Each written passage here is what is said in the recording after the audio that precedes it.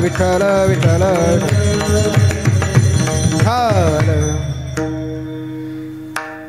अभंगामध्ये तुकोबारायांनी सर्वात पहिला शब्द वापरला पुण्यवंत.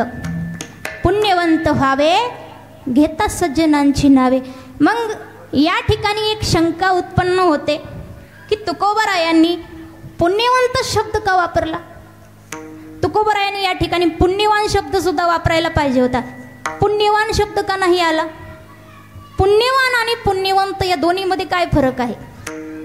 तुम्हाला फरक समजून सांगण्यासाठी उदाहरण देईल समुद्र आणि धरणाचं.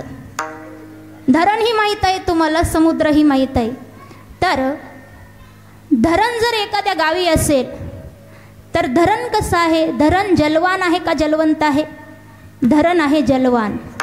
आणि समुद्र जलवान आहे का जलवंत. समुद्र आहे जलवंत. कशामुळं आहे. समजा तुमच्या गावाच्या बाजूला एखादं धरण आहे गावाच्या मर्यादित आणि त्या गावामध्ये दुष्काळ पडला. सर्व गावकऱ्यांनी जर धरणाचं पाणी वाहून नेलं तर एक दिवस असा येईल की धरण कोरडं पडेल, त्यातलं पाणी संपून जाईल. कारण त्या धरणामध्ये पाण्याचा साठा मर्यादित असतो.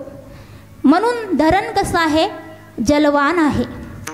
आणि जर समुद्र असेल एखाद्या गावाच्या आसपास आणि समुद्राचं पाणी कसं असतं अमर्यादित पाण्याचा साठा असतो. सर्व भारतात जरी दुष्काळ पडला आणि सर्व भारतातील लोकांनी समुद्राचं पाणी वाहून नेलं तरी ते पाणी संपणार नाही. कारण पाण्याचा साठा अमर्यादित असतो.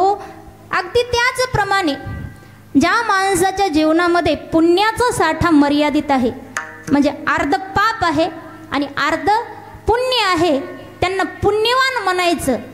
आणि ज्या माणसांच्या जीवनामध्ये थोडं सुद्धा पाप नाही, पापाचा लवलेश सुद्धा नाही, अगदी कणभर सुद्धा पाप नाही, सगळं पुण्यच पुण्य आहे ना, त्या माणसाला म्हणायचं पुण्यवंत.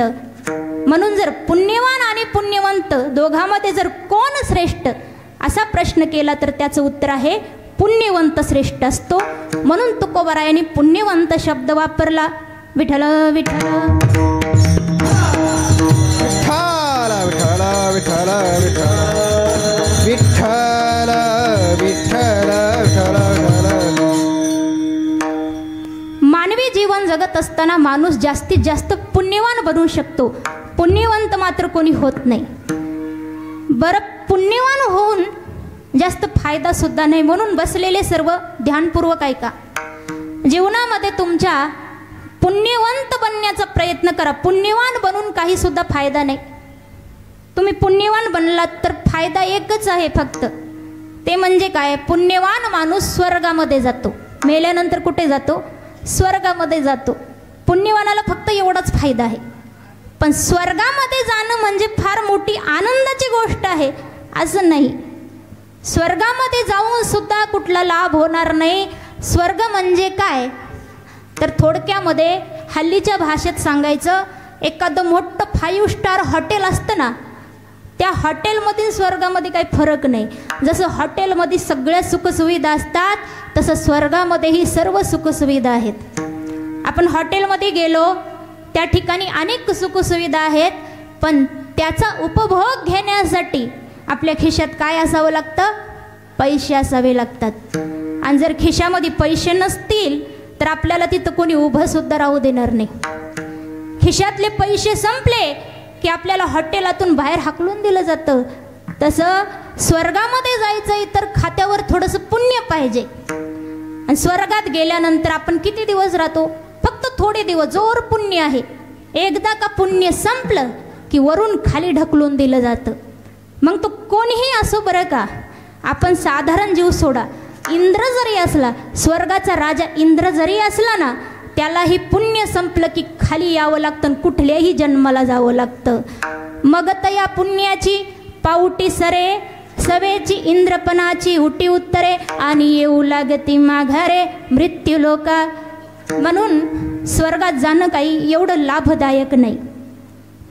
एकदा भगवान श्रीकृष्ण परमात्मा आणि माता रुक्मिणी आईसाहेब हे गप्पा मारत बसले होते, बोलत होते.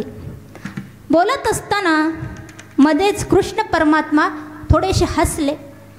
हसल्यानंतर रुक्मिणी मातेनं विचारलं, प्रभू तुम्ही का हसलात? तुमच्या हसण्याचं कारण काय? तेव्हा भगवंताने सांगितले, रुक्मिणी समोर बघ. समोर खाली एक मुंगळा चाललेला होता आणि तेही तो दुसऱ्या मुंगळ्याच्या पाठीवर बसून चाललेला होता. देवानं सांगितलं, रुक्मिणी हा जो मुंगळा त्या दुसऱ्या मुंगळ्याच्या पाठीवर बसून चाललाय ना, तो पूर्वी 14 वेळा इंद्रपद भोगलेला माणूस आहे. त्याने पूर्वी 14 वेळा इंद्रपद भोगलेला आहे आणि आता मुंगळा बनलाय तरी सुद्धा अंगातला थाट गेला नाही. आताही त्याला वाटते की मी इंद्र आहे म्हणून दुसऱ्या मुंगळ्याच्या पाठीवर बसलाय, जसं काय ऐरावत हत्तीवर बसल्यासारखं थाटात फिरतोय. अशी गती होत असते, अधोगती. म्हणून स्वर्गात जाऊन ही लाभ नाही. मग लाभ कशात आहे? लाभ आहे मुक्ती मिळवण्यात, मोक्ष मिळवण्यात, ज्यामुळे हा जन्म मरणाचा फेरा चुकवला जातो. किती वेळा जन्म यावे, किती व्हावे फजित. प्रत्येक माणसाच्या जीवनामध्ये सर्वात मोठा प्रश्न आहे की आपण किती दिवस सारखं या जन्म मरणाच्या फेऱ्यामध्ये भटकत राहायचं. याचं कधीतरी शेवट झाला पाहिजे. कधीतरी हा आखरी शेवटचा जन्म पाहिजे की परत आपल्याला गर्भवासाचं दुःख भोगावं लागू नये. जर तुम्हाला असं हे पद मिळवायचं आहे, मुक्तीचं पद मिळवायचं आहे, मोक्षाचं पद मिळवायचं आहे ना, त्यासाठी पुण्यवान होऊन लाभ नाही, त्यासाठी पुण्यवंतच झालं पाहिजे. म्हणून सगळ्यांनी जीवनामध्ये फक्त पुण्यवंत होण्याचा प्रयत्न करावा. विठ्ठल विठ्ठल विठ्ठल विठ्ठल विठ्ठल विठ्ठल विठ्ठल विठ्ठल विठ्ठल. एका साधकानं तुकोबरायांना विचारलं, तुकोबराय संसारात राहून म्हणजे संसार करत करत पुण्यवंत होता येईल का? तुकोबराय म्हणाले, नाही नाही म्हणाले. संसारात राहून पुण्यवंत होणं जरा कठीण आहे म्हणाले, कारण संसारामध्ये दुःखच दुःख भरले. आणि आपल्या या जन्माला आल्यानंतर, माणूस जन्माला आल्यानंतर प्रत्येकाच्या जीवनात एक अट्टहास असला पाहिजे की या जीवनाचा शेवट कसा झाला पाहिजे? गोड झाला पाहिजे. यासाठी केला होता अट्टहास, शेवटेचा दिवस गोड व्हावा. आपल्या या जीवनाचा शेवट गोड झाला तर आपण मोक्षपदाला जातो. आणि शेवट गोड संसाराचा कधीच होत नसतो. शेवट गोड केवळ परमार्थाचा होत असतो. संसारामध्ये एवढं दुःख आहे, फक्त संसार सुरुवातीला गोड लागतो, पण पुढं पुढं एक एक एक एक दिवस वाढल, एक एक वर्ष वाढल, तसं संसार कडू लागतो. आणि परमार्थ सुरुवातीला कडू लागतो, पण परमार्थाचा शेवट मात्र गोड होतो. म्हणून बघा, आता हिवाळ्याचे दिवस प्रारंभ होतीलच. आणि हिवाळ्यामध्ये, थंडीच्या दिवसामध्ये जेव्हा सकाळी थंडी वाजते आणि सकाळी सकाळी कोवळं कोवळं ऊन पडतं ना, त्या उन्हामध्ये बसल्यानंतर माणसाला किती बरं वाटतं. असं वाटतं असंच उन्हात बसून राहावं. पण थोडंसं ऊन वाढू द्या, दुपारी 12पर्यंत तसेच उन्हात बसून राहा. मग असे चटके बसायला लागतात उन्हाचे, तेव्हा मग पटकन उन्हातून उठून माणूस बाजूला जातो, सावलीत बसतो. अगदी संसार त्याच प्रकारे आहे. सुरुवातीला फार आनंद वाटतो, गोड वाटतो, पुन्हा पुन्हा पुन्हा संसारामध्ये असे दुःखाचे चटके बसायला सुरुवात होतात ना. म्हणून आमचे जे पूर्वज आहेत ना, आपले सर्वांचे, फार हुशार होते. त्यांना माहीत आहे संसारामध्ये किती त्रास, चटके भोगायला मिळणार. त्यासाठी त्यांनी एक प्रथा सुरू केली. लग्न लागल्याआधी, लग्नाच्या आधीच माणसाला हळद लावली जाते. हळद का लावतात? हळद ही माणसाला जर काही जखम झाली ना, तर त्यावर हळद लावली जाते. संसारसुद्धा आपल्या जीवनातील फार मोठी एक प्रकारची जखमच आहे. आणि पूर्वजांना माहीत होतं की आता संसारात पडल्यावर किती दुःख भोगावं लागणार आहे. तेव्हा या दोघांनी, नवरा बायकोनी, दुःख सहन करावं, त्याच्यातून मान वर काढू नये म्हणून त्यांनी आधीच हळद लावून ठेवली. आणि जसे जसे दिवस जातात, एक एक एक एक एक एक महिने, वर्ष संपत राहतात, संसारातील दुःख वाढत जातं. अहो, एके ठिकाणी एका मुलीचं लग्न झालं. लग्न झाल्यानंतर दिवसभर जे लग्नाचे विधी असतात, धार्मिक विधी, ते पार पडले. लग्न सोहळा संपन्न झाला आणि संध्याकाळच्या वेळी ती नवरी जेव्हा सासरी निघाली ना, मग सासरी निघाल्यावर ती फार रडायला लागली, रडू लागली. आता त्या ठिकाणी रडायला आपोआपच येत असतं, त्या ठिकाणी सांगावं लागत नाही की रड म्हणून. आणि तुम्ही सगळे रडूनच आला असताल माय समोर बसलेल्या. आठवा तो दिवस, प्रत्येक जणी रडूनच आलात. तर मग त्या दिवशी आपोआप रडायला येतं. मग कधी बापाच्या गळ्याला पडून रडते, कधी आईच्या गळ्याला पडून रडते, कधी भावाच्या गळ्याला पडून रडते. असं ती नवीन नवरी फार रडत होती. तिचा एक लहान भाऊ होता. तो आपल्या बहिणीचं रडणं शांतपूर्वक पाहत होता. त्याने त्याच्या वडिलांना विचारले, पप्पा पप्पा माझ्या डोक्यात एक प्रश्न आहे म्हणाला. आता लहान पोरांच्या मनात काहीही प्रश्न येतात बरं का. मग पप्पांना विचारलं, काय प्रश्न आहे? पोरग म्हणालं, पप्पा पप्पा माझ्या डोक्यात एक प्रश्न आहे. मी किती वेळ झालं पाहतोय की माझी ताई एकटीच रडते पण भाऊजी रडत नाहीत म्हणालं पोरग. बघा आता लहान लेकरांना काही पण सुचतं बरं का. पोरानं असं निरीक्षण केलं आणि विचारले, पप्पा ताई रडते पण भाऊजी का रडत नाहीत? पप्पा म्हणाले, बाळा तू अजून लहान आहेस, तुला अजून काही माहीत नाही. मोठा झालास ना मग कळेल. तुझी ताई रडेल पण कुठपर्यंत रडेल? एकदा घराचा गेट पार केला, एकदा गाडीत बसून सासरी गेली की ताईचं रडणं संपेल म्हणाले. पण तुझ्या भाऊजीला पुन्हा आयुष्यभर रडावं लागणार आहे. म्हणून आजच्या दिवशी भाऊजी हसतो. त्या दिवशी नावसुद्धा बदलतात, नवरदेव. नवरदेव, जो आता देव होण्याच्या लायकीचा राहिला नाही ना तो नवरदेव. आणि त्या लग्नाच्या दिवशी काय थाट असतो माणसाचा, एवढा थाट. त्याच्या अंगामध्ये कोट असतो, पायात बूट असतो. आणि त्या आनंदामध्ये मारुतीच्या पारावर बुटासहित जातो. एवढं म्हणजे त्या दिवशी मन पागल झालेलं असतं आनंदामध्ये. मारुतीच्या पारावर जातोय, बूट बाहेर काढावा एवढंही भान राहत नाही. बघा समोर बसलेले श्रोते, एक गोष्ट ध्यानात ठेवायची. एखाद्यानं चांगलं प्रमाण गायलं, सुंदर चाल, कुठलं प्रमाण सुंदर चालीमध्ये गायलं, एखादं तुम्हाला पॉईंट कीर्तनामध्ये एखादं वाक्य आवडलं, टाळी वाजवायची. काय होतं की सर्वांचा उत्साह वाढत असतो. सुंदर त्यांनी या ठिकाणी प्रमाण गायलेलं आहे तर एकदा टाळी वाजवा त्यांच्यासाठी मस्त. यामुळे काय होतं, टाळी वाजवल्यामुळे ना जीवनामध्ये काही फायदे आहेत बरं का. टाळी वाजवणं काही वाया जात नसतं. आणि कीर्तनामध्ये तर कधीही रिकामं बसू नये. कीर्तनात बसल्यानंतर माणसाने टाळीही वाजवावी आणि मुखाने भजनसुद्धा म्हणावं. रिकामं बसून कीर्तन ऐकणं सुद्धा पाप आहे. कीर्तनात टाळी वाजवल्याचे काही फायदे आहेत बरं का. पहिला फायदा म्हणजे कीर्तनात टाळी वाजवल्यामुळं माणसाचं रक्त शुद्ध होतं. विज्ञानसुद्धा सांगतं बरं का, माणसानं टाळी वाजवली की रक्त शुद्ध होण्याची प्रक्रिया सुरू होत असते. म्हणून टाळी वाजवावी. पुन्हा दुसरा एक फायदा आहे की काही माणसांच्या हातावरची जी भाग्यरेषा असते ना, भाग्यरेषा तर प्रत्येक माणसाच्या हातावर असते. काही माणसांच्या हातावरची भाग्यरेषा ही थोडी वाकडी असते, वाकडी तिकडी असते. त्यामुळं त्या माणसाच्या जीवनामध्ये काही सरळ गोष्टी घडत नाहीत, सगळं वाकडं तिकडंच. म्हणजे सतत अपयश येत राहतं, सतत दुःख, सतत त्रास, सतत पीडा, सतत टेन्शन, चिंता, यामध्ये माणूस जिरून जात असतो. मग ज्या माणसाच्या हातावरची भाग्यरेषा वाकडी आहे ना, त्यांनी कीर्तनामध्ये टाळी वाजवायची. त्यामुळे तुमची भाग्यरेषा सरळ होते आणि तुम्हाला कुठल्याही कामामध्ये यश मिळत जाईल. हा एक फायदा आहे. आणि तिसरा असा फायदा आहे, आज तुम्हाला माणसाचा जन्म भेटलाय आणि कीर्तनात बसण्याचं भाग्य मिळालंय. आज कीर्तनात बसून सुद्धा तुम्ही देवासाठी टाळी नाही वाजवली तर पुढच्या जन्मामध्ये साडी नेसून भर बाजारात टाळी वाजवावी लागेल. म्हणून त्या टाळीपेक्षा ही टाळी बरी. ती टाळी कळाली ना तुम्हाला? बाजारला जाता का पुरुष मंडळी? जाता? सिग्नलवर असतात बघा काही टाळी वाजवणारी, सिग्नलवर टोल नाक्याजवळ असतात ना. तशी टाळी वाजवण्यापेक्षा आज या ठिकाणी टाळी वाजवलेली कामाची आहे. म्हणून भजन सुरू झालं ना, टाळी वाजवत जा. विठ्ठल विठ्ठल विठ्ठल विठ्ठल विठ्ठल विठ्ठल.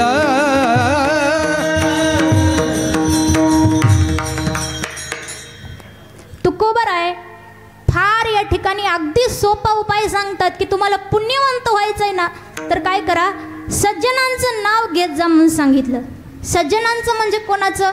संतांचं नाव घेतलं की जीवनामध्ये पुण्यवंत होता येतं. अहो तुम्हाला तर या ठिकाणी एवढे महान संत यांचं सानिध्य लाभले.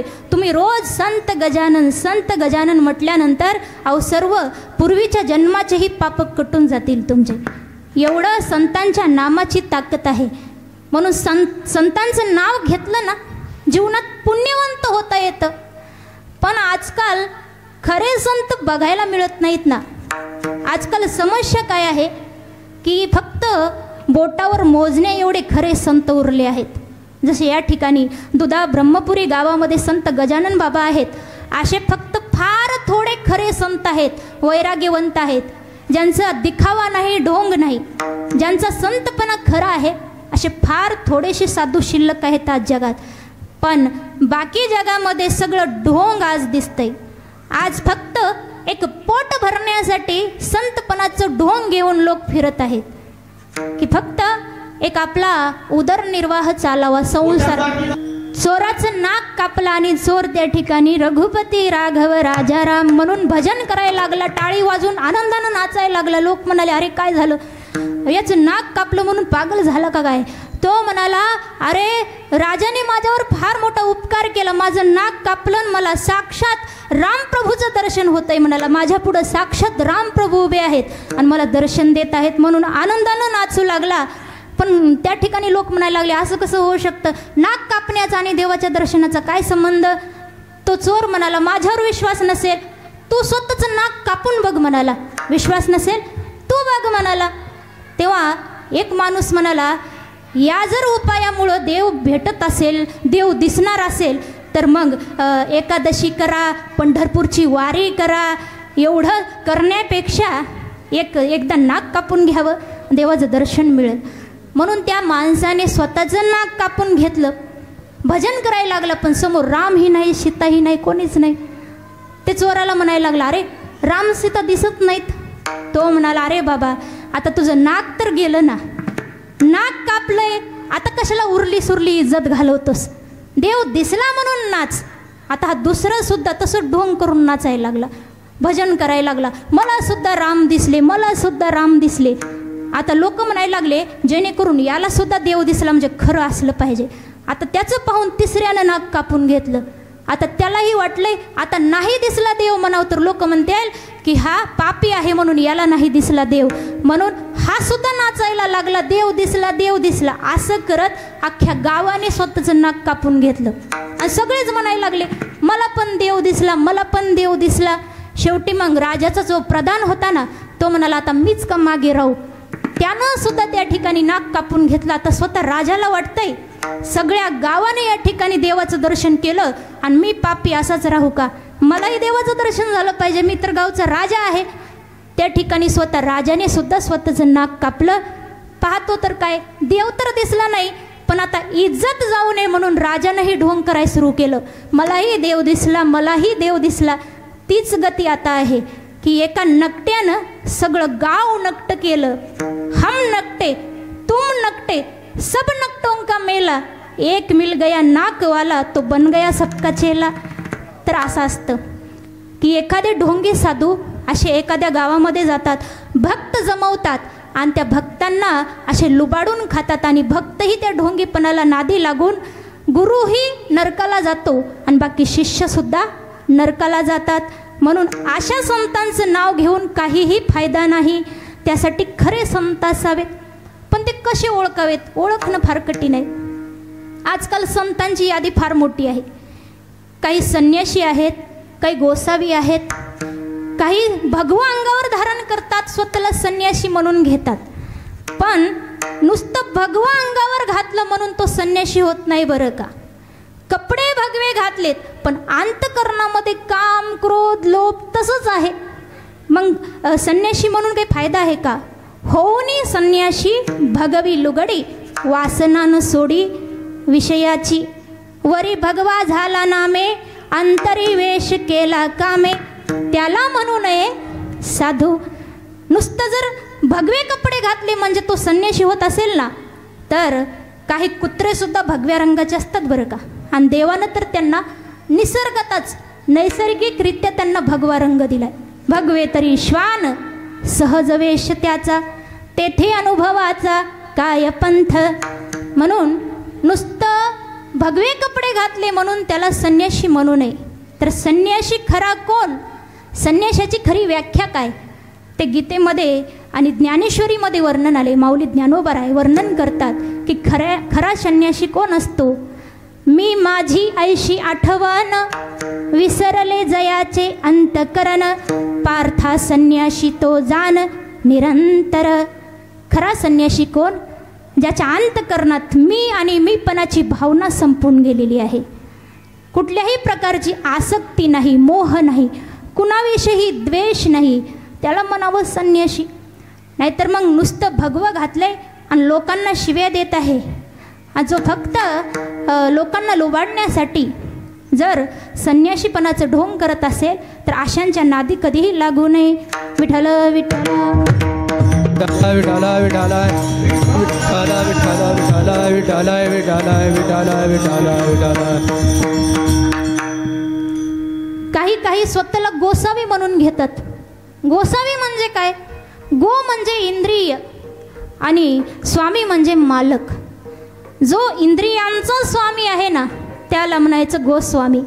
मुळात शब्द काय आहे, गोस्वामी, पण त्याचा पुढं अपभ्रंश होऊन गोसावी शब्द तयार झाला. तर काही स्वतःला गोसावी बनवून घेतात, म्हणजे म्हणून घेतात, पण केवळ खाण्यापिण्याची चोचले पुरवण्याकरता ते गोसावी झालेले असतात, चांगलं चुंगलं खाण्यासाठी. आणि त्यांचं जेवण कसं असतं, काय सेवन करतात, सेवी, भांग, अफू, तंबाखू, उदंड असलं जेवण असतं त्यांचं. सगळे नाही बरं का, काही जे ढोंगी आहेत ते. काही गोसावी सकाळून गाव मागतात आणि दुपारी तळ्यावर जाऊन मासे पकडतात. काही गोसावी सकाळी गाव मागतात, दुपारी मस्त तळ्याच्या काठावर बसतात, मासे पकडतात आणि ते मासेही खातात आणि वरून गांजा ओढतात. आणि तोही गांजा म्हणजे महादेवाचा प्रसाद आहे असं समजून घेतात.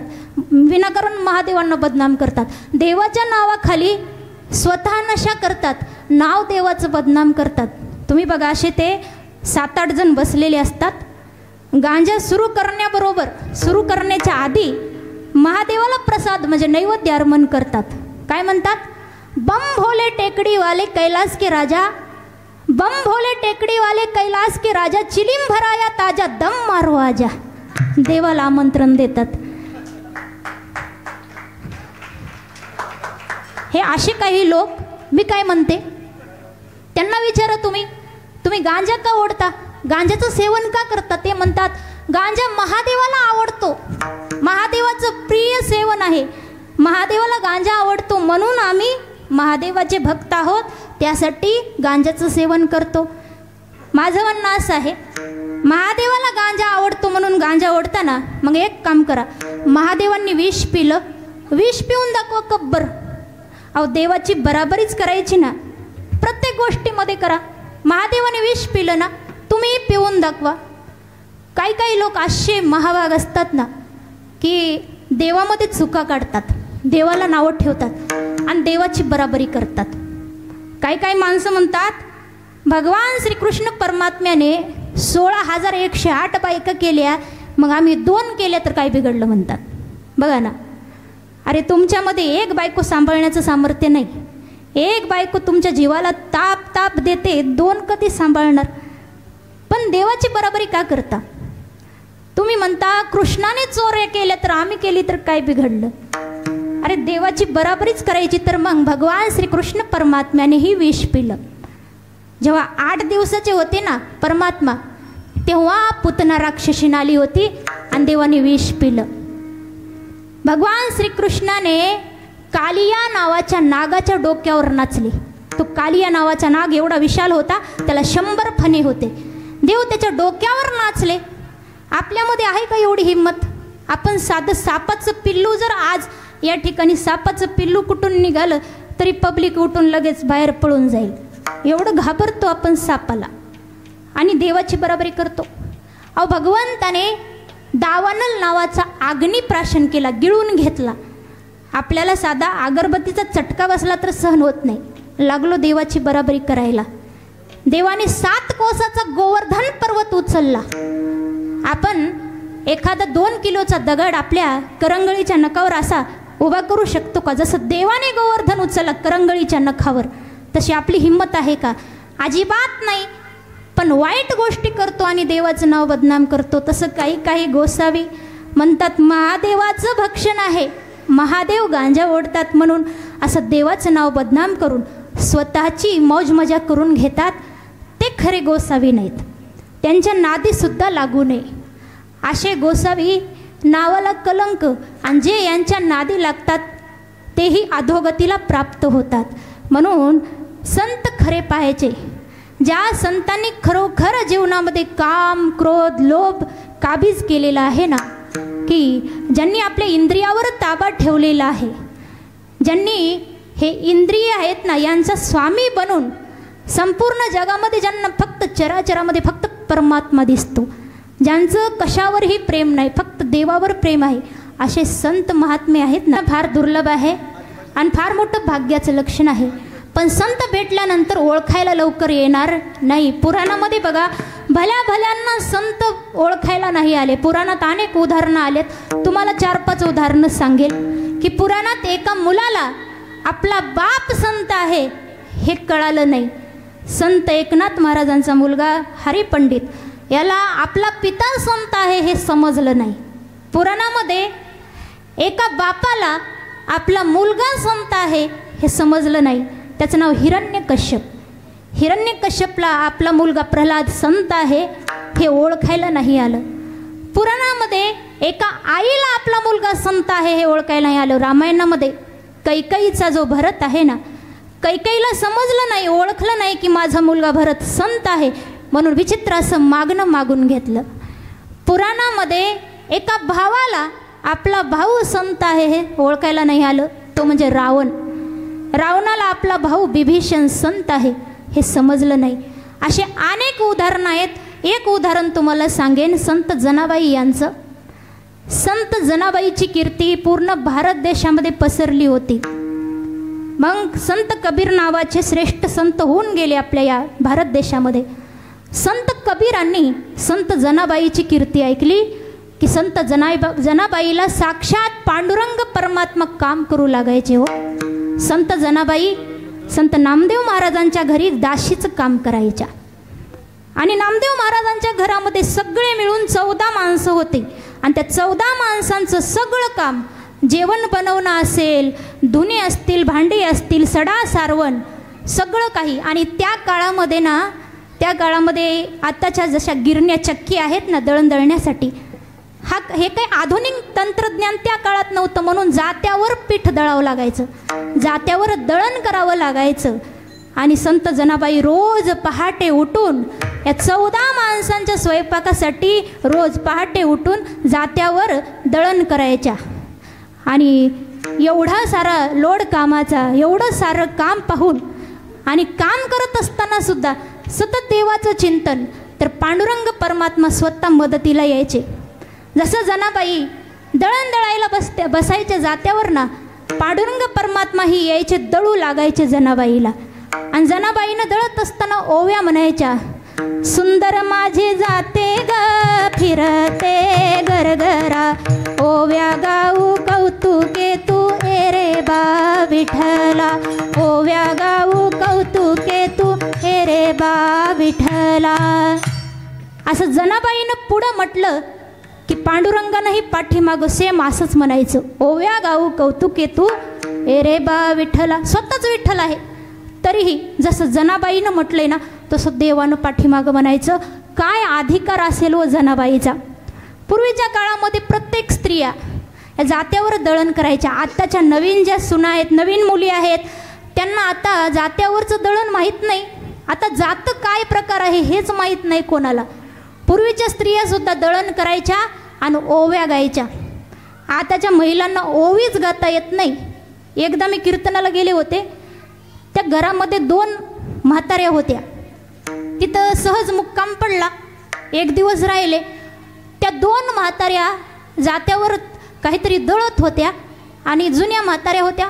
दोघीही त्या ठिकाणी ओव्या गात होत्या, पण त्यांच्या ओव्या काही जनाबाईसारख्या नव्हत्या. जरा वेगळ्याच ओव्या होत्या बरं का, तुम्ही लक्षपूर्वक ऐका. जी पुढं म्हणत होती ना त्या म्हातारीनं त्या ओवीमध्ये स्वतःच्या भावाचं कौतुक सुरू केलं.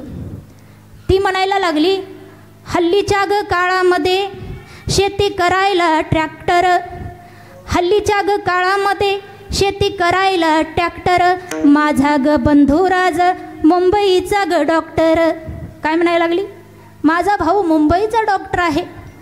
आता ती जी माग म्हणत होती ना तिला हे शब्दच ध्यानात राहिले नाहीत. आता माग काय म्हणावं, नाही म्हणावं तर फजिती होईल.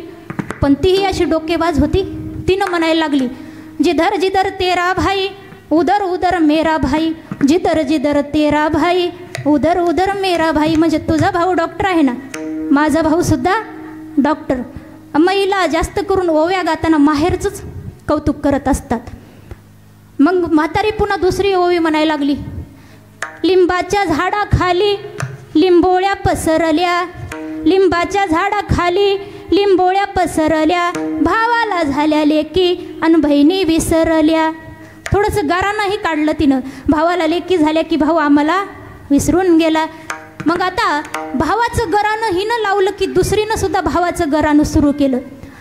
तिनंही एक ओवी गायली, मोगऱ्याच्या फुलावानी बंधू राजा ग साजतो, मोगऱ्याच्या फुलावानी बंधू राजा ग साजतो, कुणाच्याही वरातीत दारू पिऊन नाचतो, कुणाच्याही वरातीत दारू पिऊन नाचतो. अशा हल्लीच्या ओव्या झाल्या.